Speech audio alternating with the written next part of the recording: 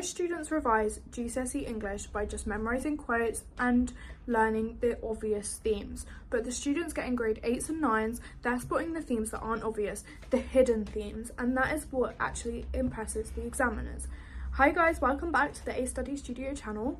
Today I'm going to show you the hidden themes across Shakespeare and an Inspector Calls and how you can use them to instantly level up your essays, because the difference between a mid-level answer and a top band one is this: not just what you analyse, it's how deeply you think about it. Theme 1, power. Now power seems like one of the obvious ones, and it is, but the way that I'm going to talk about it is something that not a lot of students think about, and it's not what not a lot of students do, and it's how you can stand out from the crowd to make your essays just that little bit better. Most students will talk about power in a very basic way. They'll say Mr. Burling has power, Don Pedro has power, but that's very surface level. Real power is often much more subtle. It's not as easy to spot. For example, in an Inspector Calls, Sheila doesn't have a lot of formal authority. She drives the moral direction of the play. How does she do this? She challenges her parents, she accepts responsibility for her actions against Eva Smith, and she pushes other characters to reflect on their actions towards Eva Smith. And by the end, arguably, she has more influence than Mr. Burling.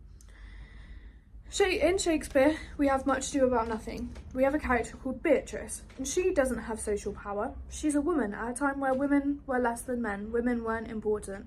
But she actually controls conversations, especially when she influences Benedict, especially when she says to him, kill Claudio. And then he does. So power isn't just about status, it's also about influence. How do those characters influence other characters in the play? Number 2, identity. Again, another sort of obvious one, but we're going to talk about how it is constructed. It's not just who a character is, it is actually about how society shapes them. So in Shakespeare, we've got Hero. She is defined by her purity, her obedience, and her silence. And her identity is constructed by what society expects from women. And when that image is questioned, so when Claudio believes that she's been unfaithful to him, she loses everything. Another example is in an Inspector Calls, Eric is expected to be successful, controlled, and respectable.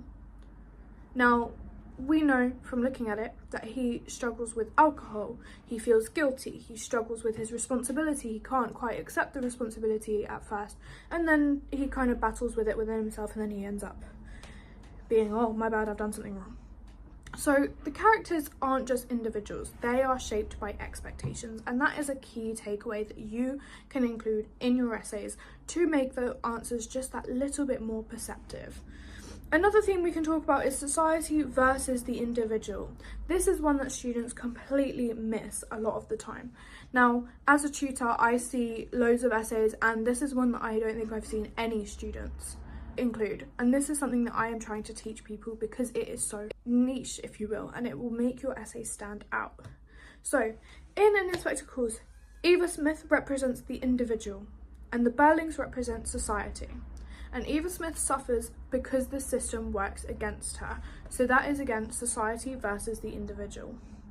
Priestley isn't just criticising one family though. He's not just saying, oh, there was this family and they're called the Burlings and they're awful and they're terrible. He's criticising the entire system. Remember, he is a socialist. He doesn't believe in capitalism. He doesn't believe in class systems. He believes that everyone should be responsible for each other. We are members of one body, all of that. And in Shakespeare, Claudio publicly shames Hero instead of trusting her because reputation matters to him more than the truth. So he is following a social pressure, not his personal morality.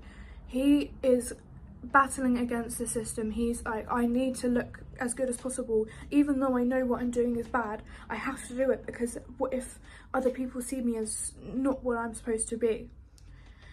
So how do these ideas still exist today?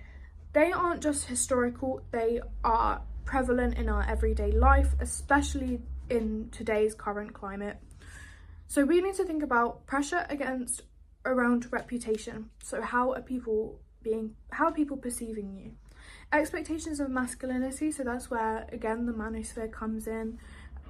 You are expected to be alpha male, all of that. And judging people based on status, so I see lots of TikTok videos of people judging people from lower class backgrounds, disguising it as GCSE study motivation. And you will see this everywhere online because image and perception matter more than reality on the internet. So if you can link ideas to modern society, you can show a deeper understanding within your essays. Then we've also got systems and not just individuals. This is what will separate top students. So this is similar to society versus the individual, but slightly different. So for example, in an inspector course, it is very easy to blame Mr. Burling.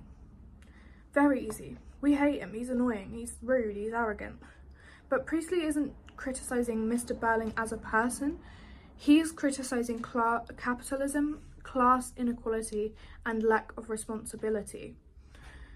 And in Shakespeare, Claudio's actions reflect a society where male honour is prioritised and women's reputations define their value. And that was another thing that Shakespeare was trying to criticise.